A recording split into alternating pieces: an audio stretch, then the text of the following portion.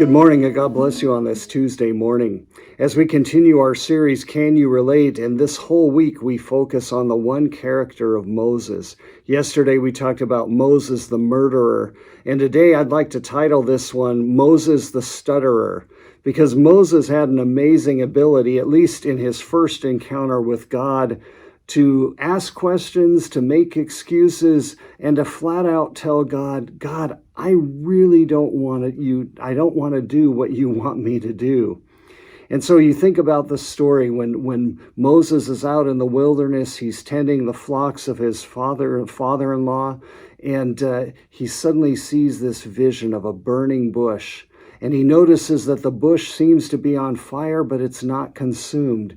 And he approaches this strange sight, and as he gets near it, he hears a voice, and it says, Moses, take off your sandals, for you are standing on holy ground. And the conversation over Exodus chapter 3 and 4 is, to me, it's actually delightful, because God says, I am the Lord your God, the God of your fathers Abraham, Isaac, and Jacob, and I'm telling you, go to Pharaoh and tell him, let my people go, because I'm going to use you to rescue my people out of their slavery and captivity in Egypt. And Moses right away, it's like, well, if I do this, who should I say is sending me? How are they going to know who it is that talked to me in the wilderness here? And God says, you tell them, I am sent you. And Moses is like, well, if I tell them that, what if they don't listen? And God says, well, that staff in your hand, throw it on the ground. And Moses throws it on the ground, and it becomes a snake. And God says, now pick it up. And Moses picks up the snake, and it immediately is restored to the staff he had once held. And then, Moses makes a few more excuses. And finally, we get to chapter 4, verse 10. Moses said to the Lord, pardon your servant, Lord. I have never been eloquent, neither in the past nor since you have spoken to your servant. I am slow of speech and tongue. The Lord said to him, who gave human beings their mouth, and who makes them deaf or mute? Who gives them sight or makes them blind? Is it not I, the Lord? Now go, I will help you speak and will teach you what to say. But Moses said, pardon your servant, Lord. Please send someone else. I just pause there.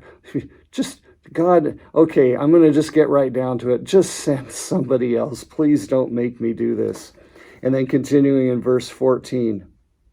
Then the Lord's anger burned against Moses, and he said, what about your brother Aaron the Levite? I know he can speak well. He is already on his way to meet you, and he will be glad to see you. You shall speak to him and put words in his mouth, and I will help both of you speak and will teach you what to do. He will speak to the people for you, and it will be as if he were your mouth and as if you were God to him. But take this staff in your hand so that you can perform the signs with it.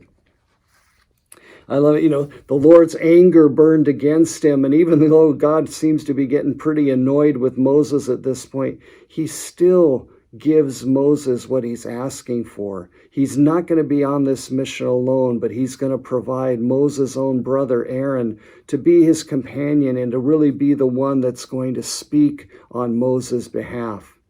So it's funny because God never relented in calling Moses to do what he wanted Moses to do.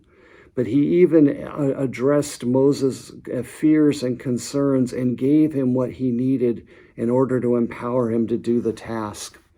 Now, this is a story that is near and dear to my heart because in my life, I felt the call to go to seminary, and I knew that I didn't want to go to seminary. I didn't want to be a pastor, and probably amidst all of those things and all of the excuses that I could have given to God, and for several years, I laid out every one I could think of. I used Moses as my role model, but the most painful one was Public speaking, even reading out loud in front of a small group, let alone a class or a church or a larger gathering of people, it absolutely terrified me.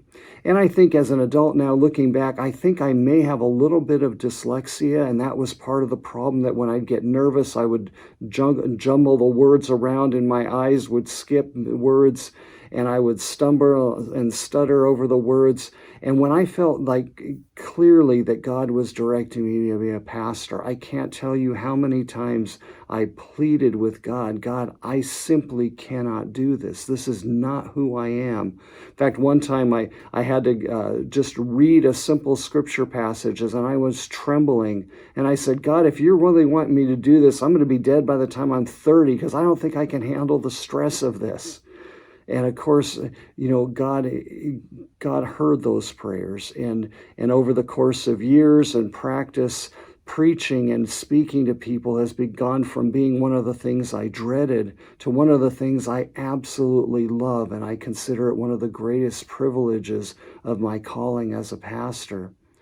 Now, all of us are called into God's service, and we are called to do things that may not come naturally to us, and we are called to take risks and to put our lives out there to be light and salt in this world on Jesus' behalf.